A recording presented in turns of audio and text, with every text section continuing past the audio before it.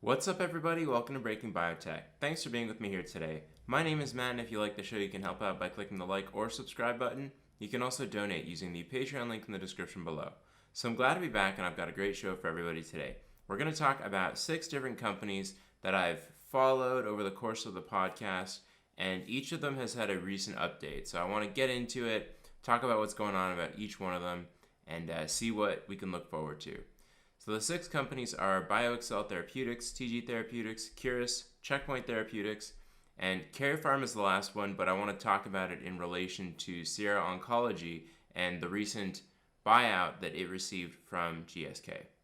So that's the show for today, and before we get into it, I do want to thank everybody. Appreciate all the support and all of the engagement. Please continue to hit the like button and to reach out to me, whether it's over email at matthewlapod@gmail.com or at Twitter, and my handle is @MatthewLaPlaud. So with that, let's get right into it. And the first company I want to talk about is BioXcel Therapeutics. And they announced FDA approval of IGALMI, I believe that's what the molecule is now called, which is a sublingual film for acute treatment of agitation associated with schizophrenia or bipolar 1 or 2 disorder in adults. And this came as quite a surprise, I think. The company was very coy on their last earnings call about whether or not they've been in labeling discussions with the FDA, and they just shot down those questions immediately, saying that they wouldn't talk about any ongoing potential decisions that were coming from the FDA. So I don't think that this was totally priced in, and the stock did end up moving up quite a bit on this news, and then it sold off very quickly. So to talk about what the press release said, it's the first and only FDA-approved orally dissolving sublingual film for mild, moderate, or severe agitation in patients with schizophrenia or bipolar 1 or 2 disorder. Up to 25 million agitation episodes for these 2 patient populations occur in the US annually, and they're planning a US commercial launch in Q2 of 2022. And I think as of the last year or so, the mantra was that smaller biotech companies can't commercialize. Therefore, after the immediate pop in the stock on an FDA approval, it's sell the news. And that is indeed what we saw with BioXcel. This is a chart from the last few weeks, and we saw a nice run up into the PDUFA date. And then here we got this big wick on the candle where it touched around 24. I wish I had gotten out there, but I wasn't quick enough on the trigger. And then we've seen like 8 red days in a row, or there's 1 green day here, but largely the company's sold off. And I think they recently did a financing round, a non-dilutive financing round, so that they can fund the operation, which is going to need a lot of it in order to get any kind of commercial success here. So I took a position around 21 and ended up selling the entire position at 21 because I had a feeling that this green to red transition was going to occur, and that is indeed what happened. So it's good the company got an approval, but unfortunately they have to now deal with the problems associated with commercialization. And I wanted to touch quickly on the catalyst for the rest of the year. The other reason why I sold was that I didn't see a number of really strong catalysts, and maybe that could change if they do get some pretty good data from their immuno-oncology program. But the one that I was also excited about was major depressive disorder, but they had some questionable data earlier in the year. And then they do have the Alzheimer's disease program, but that's just started. So, the MAA submission to the EMA isn't super exciting for me. And then dealing with commercialization is usually pretty problematic. So I'm going to be keeping an eye out for the immuno-oncology program for now, on the sidelines. And then as these other neuroscience programs develop, maybe I'll take another position, but for me right now, I'm just going to watch and see how the story plays out. Many biotech startups don't think that they have the time or money to protect their data. Without a dedicated IT team, data management is everyone's problem. Scientists find themselves redoing work and carrying out tasks outside of their expertise. Management finds themselves struggling to find funding and meet regulatory requirements. Don't let your company set itself up for failure. InfoPathways provides data management, cybersecurity, and technology compliance services for life science firms of any size. InfoPathways specializes in clean rooms, vivariums, GMP or GLP compliant facilities, as well as BSL 1 through 4. No environment or regulation is too complex for InfoPathways. For more information, go to infopathways.com or call 410-751-9929 to learn more. And it's definitely something that is outside my expertise. I want to get to the science. So if you're a biotech startup, think about using InfoPathways for all of your IT needs. Go to infopathways.com or call 410-751-9929, and I want to thank them so much for being a sponsor for the show. Moving on, I want to talk about TGTX. And this is a company that I've covered in the past, and then I also had the CEO, Michael Weiss, on the show twice to talk about the progress that the company's made. And since those interviews, the company's had a few setbacks, mostly associated with the FDA. And so I'm going to read the latest press release that we heard from the company, and it is that TGTX announces voluntary withdrawal of the BLA SNDA for U2 to treat patients with CLL and SLL. And for those who don't remember, UKONIQ has been approved for marginal zone lymphoma as well as follicular lymphoma, and they were currently under review for approval in CLL as well as SLL, and this is a much larger indication. So there was a lot of excitement around them getting this CLL approval and being able to reach a larger patient population, which right now wasn't really possible with just MZL and FL. But what we heard here, and I'll just briefly read this, I know it's a lot of text, but these details are important. In addition, the company has announced that it has voluntarily withdrawn UKONIQ from sale for the approved indications of adult patients with marginal zone lymphoma who've received one prior anti-CD20 based regimen, and for the treatment of adult patients with follicular lymphoma who've received at least 3 prior systemic therapies. So they're not just withdrawing the BLA for CLL, they're pulling the drug totally from the market. And then this bullet point, Mr. Weiss continued, while we had hoped to bring U2 to patients with CLL, this will now permit us to focus our attention, passion, and energy to building out our multiple sclerosis and autoimmune platform. With our ublituximab BLA pending for patients with relapsing forms of multiple sclerosis and a PDUFA goal date of September 28th, we are excited about the possibility of bringing ublituximab to patients with RMS. If approved, we believe the differentiated profile of ublituximab with its 1-hour infusion will be welcomed by the MS community. So based on this news, the stock traded from around $9 or $1.5 billion market cap down to $7.5 or $1.2 billion market cap. I think its bottom was like 6.5, and then in the last couple of days it's since traded up from there. But just a pretty rough go for the company since the evolving story has been happening with the BLA submission for CLL and SLL. And there were some rumblings of issues going on with PI3K inhibitors in general. I think there was some negative decision for MEI Pharma that had another PI3K. The FDA did something else to, I believe it was Gilead's PI3K. You'll have to check. But then the issue specifically with U2 was a difference in overall survival with one of their trials. And so I'm going to read what that issue was from the company. And they say here that overall survival is designated as a secondary endpoint in the Unity CLL protocol, but was not part of the primary analysis in accordance with the study's statistical analysis plan agreed upon via SPA, and therefore was not analyzed or included in the BLA or SNDA. Additionally, the study was not powered for overall survival. As part of the ongoing review of the BLA and SNDA, the FDA requested an early analysis of OS in the Unity CLL trial. In the first analysis, using the cutoff date of September of 21, there was an imbalance in favor of the control arm with a hazard ratio of 1.23. However, based on the ad hoc nature of the analysis, approximately 15% of patients had missing or outdated survival data. So based on this FDA request, the company agreed to give this preliminary interim analysis, and it favored the control. Even though it wasn't a perfect analysis, the study wasn't powered for it, and it was designed as a secondary endpoint.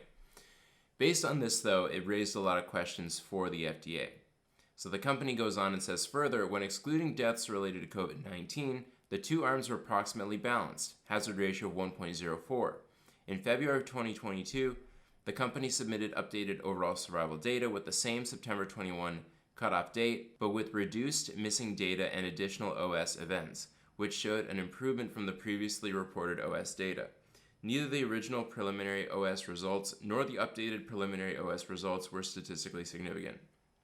So when this happened, it gave some hope to investors that, oh, the quick interim analysis giving a hazard ratio of 1.23 was a insufficient analysis, and that the company has now collected more data. They filled in the gaps here, and the hazard ratio is actually 1.04. So this gave investors a lot of hope that at the ODAC meeting, which was coming up, an advisory committee meeting for the treatment of U2 in CLL, they would see this data and realize that there's nothing to be worried about when it comes to overall survival. Now, what precipitated, I believe, the voluntary withdrawal here is what I'm going to share right now, and it is that pursuant to a recent information request made by the FDA, updated OS data were collected that showed an increasing imbalance in favor of the control arm, differing from the improved results provided to the FDA in February of 2022. Based on these new data, the company decided to withdraw the pending BLA sNDA for U2 to treat CLL, SLL, and accordingly, the ODAC meeting will be canceled. So this hope that we had in February of 2022 was shattered because they had to provide more information to the FDA from an information request, and this data showed that there was actually an increased imbalance in favor of the control arm.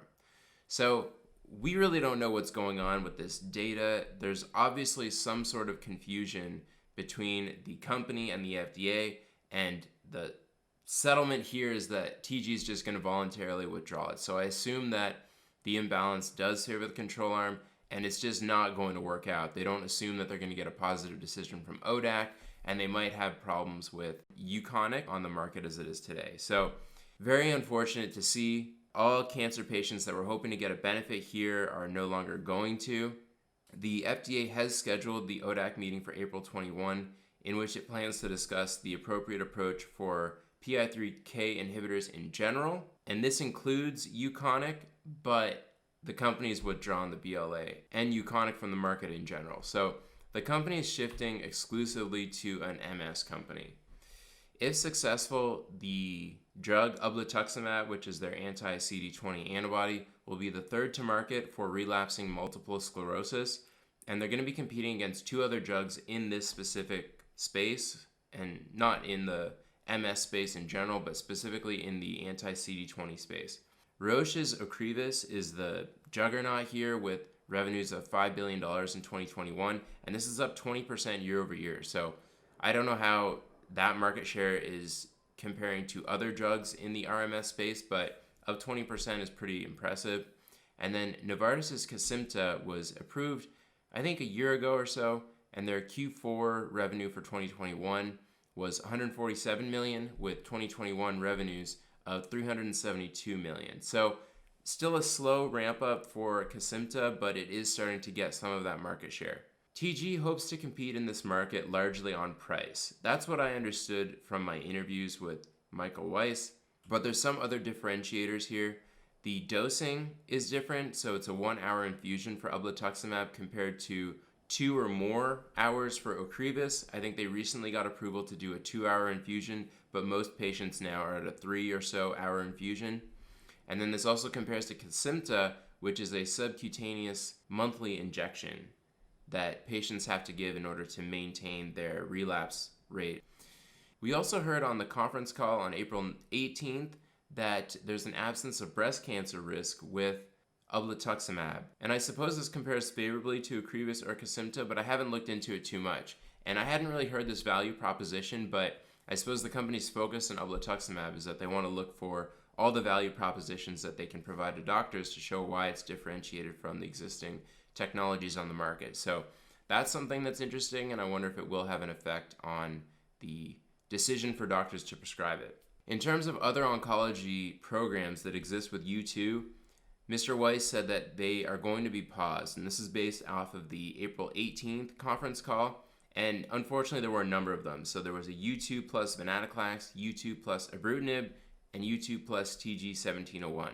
So all of these are going to be paused, probably canceled if the company is firmly going to cancel or stop all development and commercialization efforts for U2. And it's unfortunate because it's just a lot of shareholder value there that is gone.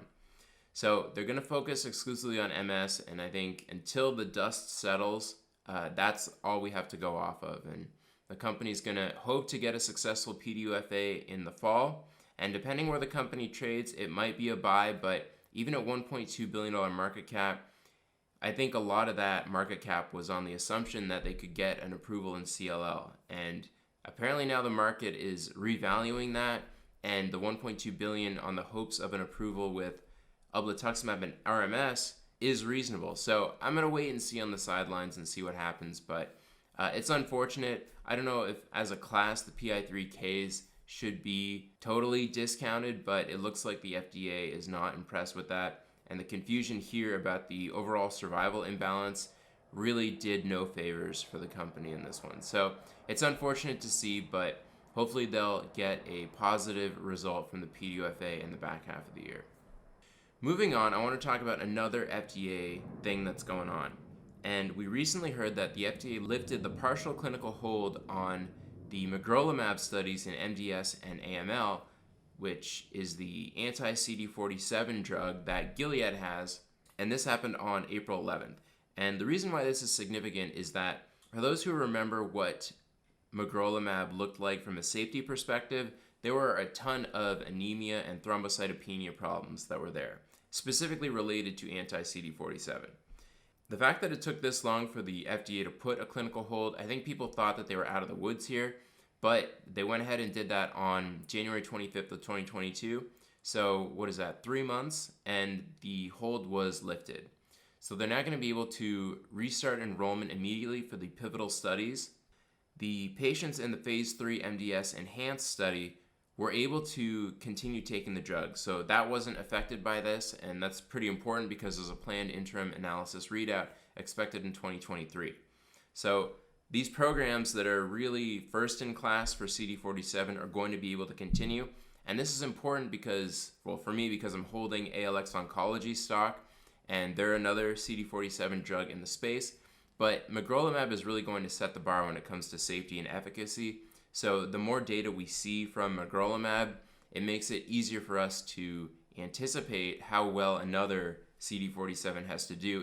Gilead has a number of hematology trials that are later phases, as well as earlier phases solid tumor trials. So I'm pretty excited to see how those pan out.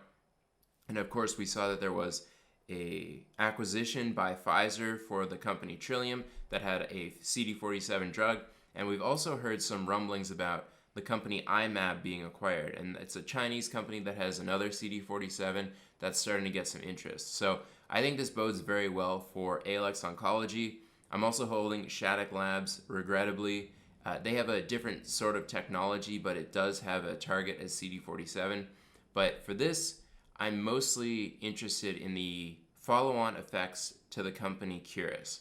And the reason for that is that CRIS recently was issued a partial clinical hold for the Take-Aim lymphoma study of emavusertib, and that was formerly called CA4948. And so what the press release reads here, and this happened about a month ago, that the US FDA placed a partial clinical hold on the company's Take-Aim lymphoma study. The Take-Aim lymphoma study is a phase 1/2 open-label dose-escalating trial investigating emavusertib in patients with B-cell malignancies. While the partial hold on the Take-Aim lymphoma study is in place, no new patients will be enrolled, and current study participants benefiting from treatment may continue to be treated at doses of 300 or lower after being reconsented. So this is good news. The FDA isn't that concerned since they're allowing the company to continue to treat patients, and this is similar to what we saw in the Gilead situation, so I think that's good. And then consistent with previous notification, FDA is requesting additional safety, efficacy, and other data relating to emavusertib, including data related to rhabdomyolysis and the company's determination of the recommended phase 2 dose for emavusertib. And so on this news, the company traded from $2.30 a share, or a market cap of $230 million, down to $1.20 a share. I think that's where it closed around there today on April 20th, giving them a market cap of only $110 million. And I believe their cash is around $120 million right now, so they're trading below cash after this data. But if we look at the safety signals that came out here, and I'm highlighting them here, we see that the 300 milligram BID dose, the most significant safety signals were phosphokinase increase, only 3%, lipase increase at 7.7%. There was one rhabdomyolysis case at 3.8%, and some hypotension or gastrointestinal hemorrhage, but these are very low, 3.8 to 7.7%.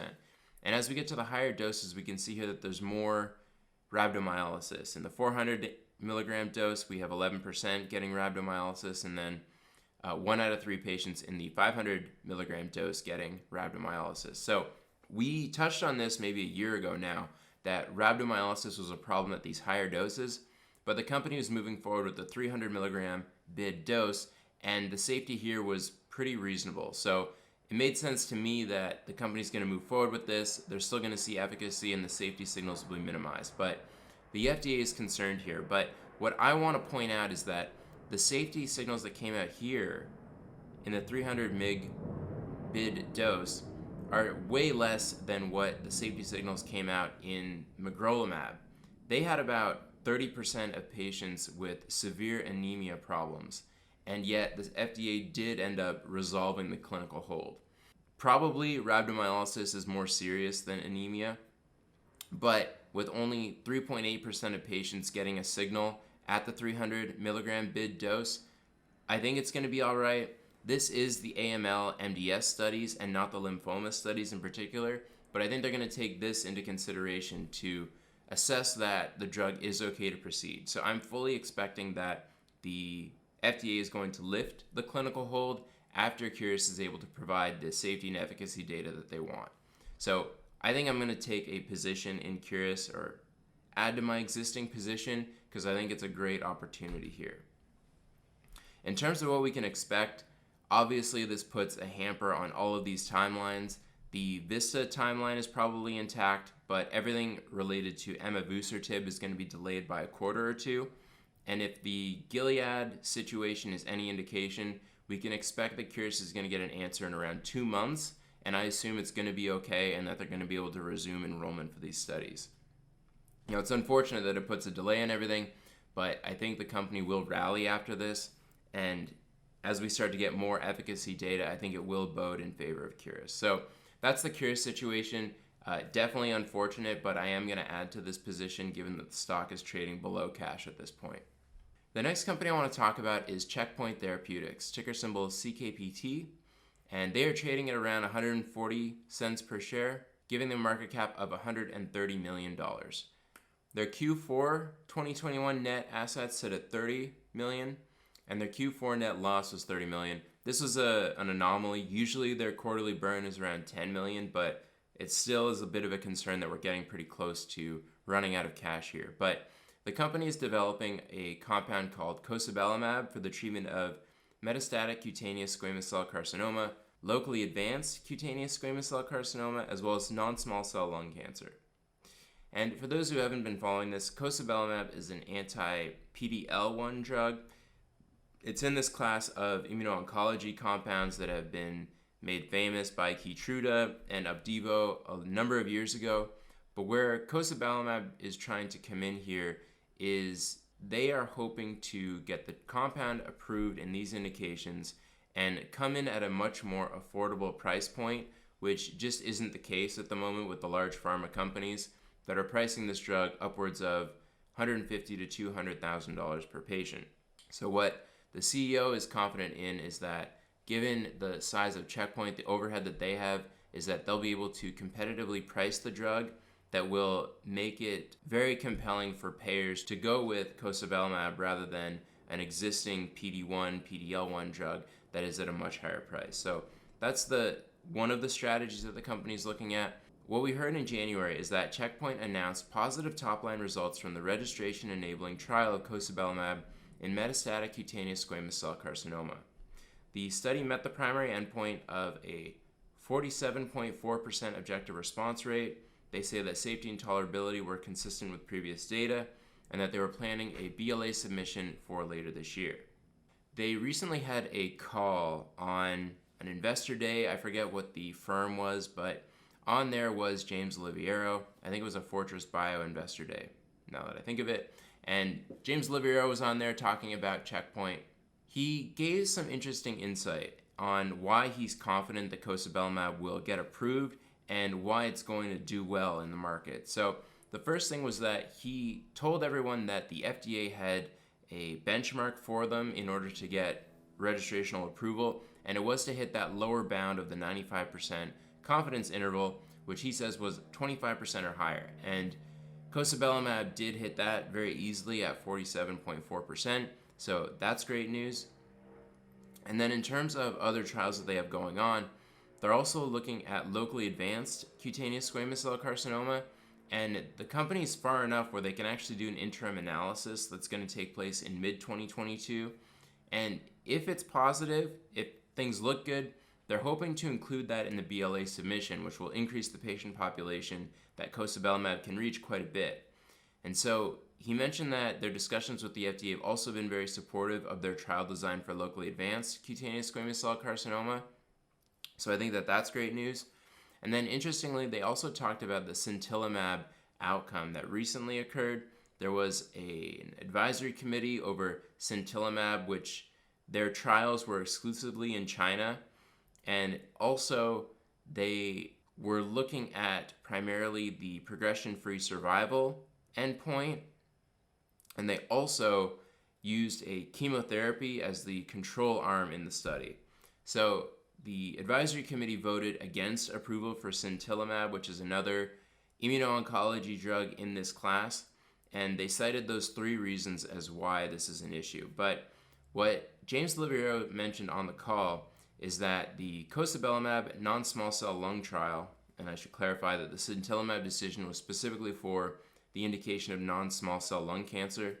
And so the cosibelimab NSCLC trial is a multi-regional trial. It's not just China-centric, which the sintilimab one was.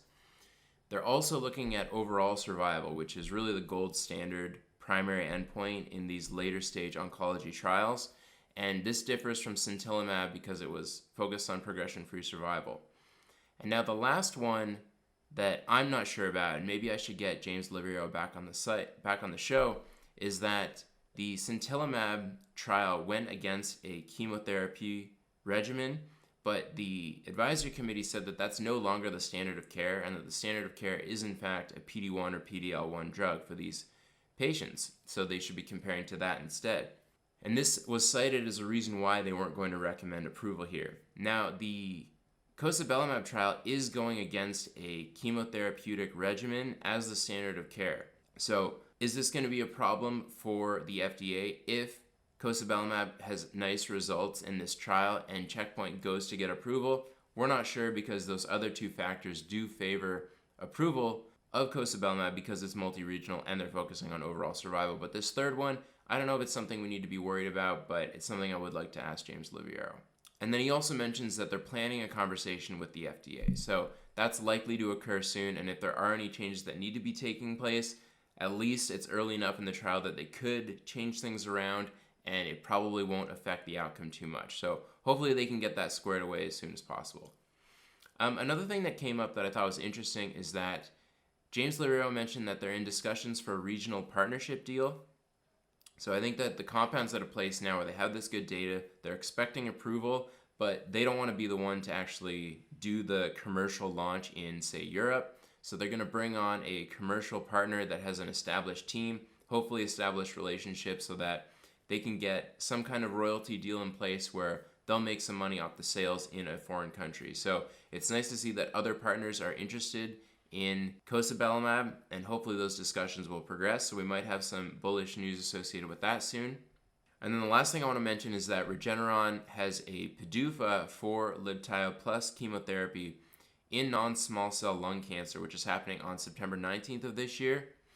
And this is kind of interesting. It gives us a bit of a gauge on the FDA's feeling on approvals for NSCLC for other PD-1s. I think Libtayo it's already approved, but plus the chemotherapy, we'll see what they do with that. But that's another interesting thing to note. So in terms of upcoming catalysts, the big thing that I'm looking forward to is more data, because they've only given us the objective response rate and they've given us no insight into safety. And the company said that they're going to provide more information at a scientific meeting, so hopefully that gets scheduled soon. For safety, I think expectations are pretty high. They say that they're in line with the previous results that we've seen, but what does that really mean? I think we need a lot more granularity there before we get a taste of whether or not this can be a compelling differentiator against existing PD-1s or PD-L1s. And then regarding the complete response rate, I don't think expectations are that high because it wasn't touted in the initial top-line data. Another thing to look forward to is the interim locally advanced cutaneous squamous cell carcinoma analysis. I think if this is very positive, it bodes very well for the company. And then we also want to see the BLA submission that should be happening pretty soon in the next couple months. And then I should have put here as well, but a potential partner that comes in to do the commercial efforts for cosabelimab in Europe. I think that's another thing that we can look forward to. So I'm still long the company. I'm hurting right now because it's gone down quite a bit since the early January timeframe, but I think a number of companies have been going down in that same way, but we need this bullish stuff to come through soon so that we can get a bit of relief here. So I'd like to add to my position, but I might wait a little bit longer until we get closer to the middle of 2022. All right, the last story I want to talk about is this Sierra Oncology acquisition from GSK. And the press release reads that GSK reaches an agreement to acquire late-stage biopharmaceutical company Sierra Oncology for $1.9 billion. It's nice to see an acquisition in the space, and we did see another acquisition, I think like a week ago, a company called Checkmate Therapeutics. I don't own any of the stock, unfortunately, and would have been nice if it was Checkpoint Therapeutics, but we'll have to wait a little bit longer for that, I think. Anyway, for the Sierra Oncology deal, they bought the company for $55 per share in common stock in cash, representing a total equity of $1.9 billion. And the reason why there's a discrepancy here is I think there's a number of warrants that need to be bought out or made whole. So the company's trading at a $1.3 billion market cap, and then I assume there's another $600 million in warrants that need to be settled. So that's why there's a discrepancy there. The company was trading at $30 per share after their positive phase 3 release, and that was a $715 million market cap. And then before the phase 3 data release, it was $20 a share or $450 million market cap. So I think these are interesting gauges to look at as we're going to compare this to, say, another company that before the phase 3 release, $450 million, after it was around $715 million, and then bought out for $1.9. So kind of interesting there.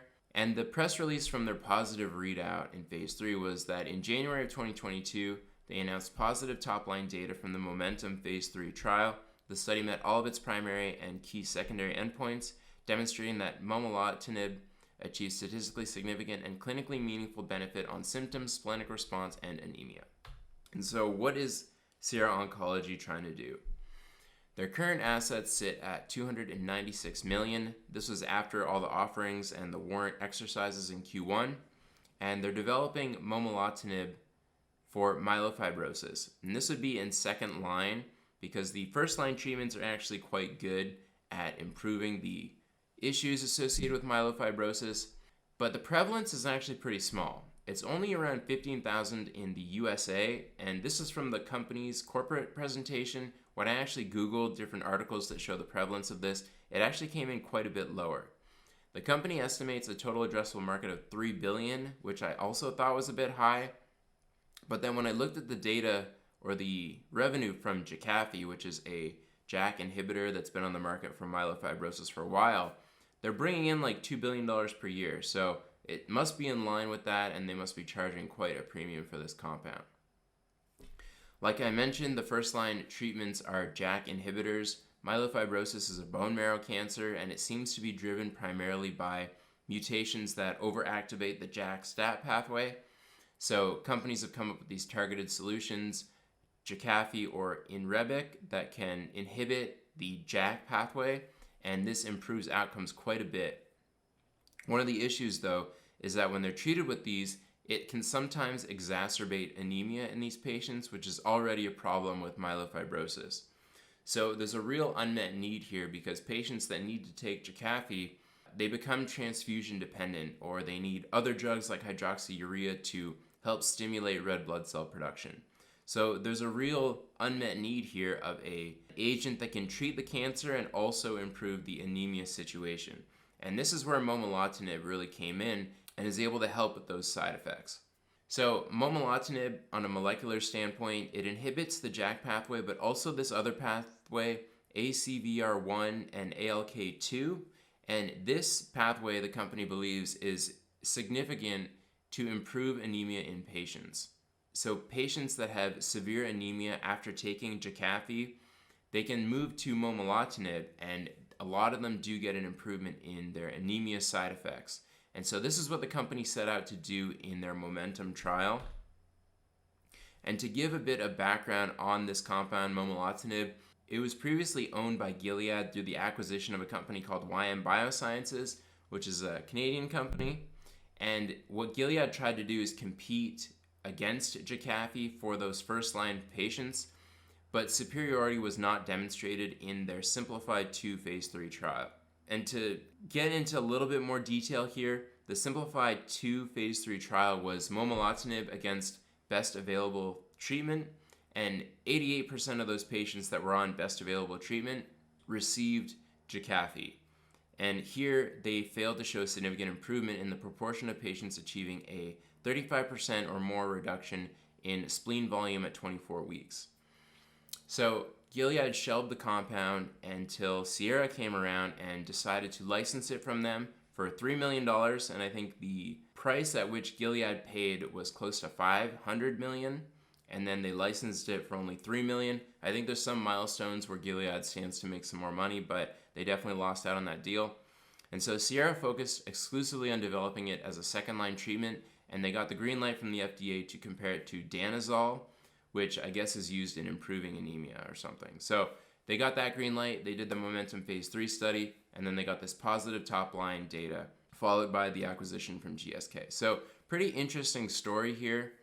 And like I said, I was a little surprised at this because I didn't think myelofibrosis was a pretty interesting market because it only had around 15,000 patient population. But like I said, when I looked at the revenue numbers here, I think Incusight or something is the name of the company, but $2.1 billion in 2021 revenue, and that's up 10% year over year. And the compounds improved for myelofibrosis, polycythemia vera, and they recently got approval for acute and chronic graft versus host disease. So the molecule is starting to garner more indications here, and what I think GSK is going to do is look to use this as potentially an add-on in other oncology spheres to get more indications for it, and the fact that it improves anemia could be pretty useful in other blood cancers where oftentimes one of the side effects of the treatment is thrombocytopenia or anemia, and I just talked about the issues with CD47 targeting drugs having that problem. So potentially momelotinib could come in here and help out in that situation, and I think GSK might look to capitalize on that. But the reason why I'm bringing this up is I want to compare it to what we're seeing in Karyopharm. And the reason for this is that Karyopharm is studying selinexor in myelofibrosis at the moment. And for those who haven't been following Karyopharm, price is trading at around $7.2 per share, giving them a market cap of $570 million, with an enterprise value of $460 million. So XPOVIO is approved in multiple myeloma, as well as later stage DLBCL, I believe, and they're seeking other indications, one of them being myelofibrosis. And so I want to compare what Karyopharm's data shows right now for XPOVIO in this indication to what Sierra Oncology showed. And so what we see here, in ASH of 2021, they presented interim data of selinexor treatment in refractory patients that were treated with Jakafi before. And what they see here in this small patient population is that 4 out of 10 of them achieved a splenic volume reduction of 35% or greater at 24 weeks. And this compares quite nicely to momelotinib, and I think I have it here. Yeah, just let me pull it up here. So in the Momentum trial, the proportion of patients that achieved a splenic reduction of 35% at week 24 was only 23%. So XPOVIO is looking pretty competitive on an efficacy standpoint.